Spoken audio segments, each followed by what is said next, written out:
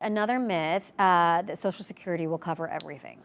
It might. So Okay. the interesting thing about a lot of these myths is there's some truth to it, but in reality, Social Security on average, covers about 40% of people's retirement. So it's not designed to cover everything. And again, it's more important to make sure that you have an income plan when you're ready to retire and not rely on spending less or Social Security. Okay. It's not going anywhere. It's just not going to cover as much as you think. What about the 4% rule? First of all, I'd love for you to explain the 4% Sure. rule, but some people say they just want to follow the 4% rule. Is that safe?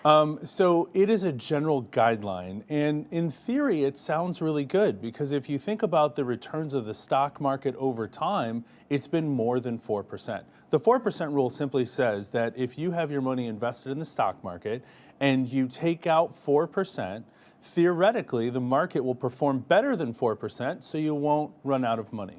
The problem with that is it doesn't account for the volatility in the market, something called sequence of returns, where if you take money out in a down year, I know the market hasn't been down in the last couple of years, but if we think back to COVID or sure. 2008 or the financial crisis, the tech bubble, if you were retired during that time period, it can drastically affect the long-term viability of your savings. So again, making sure that your risk is aligned with where you are in your retirement is key. Not relying on the stock market to provide you with all of your income is always good.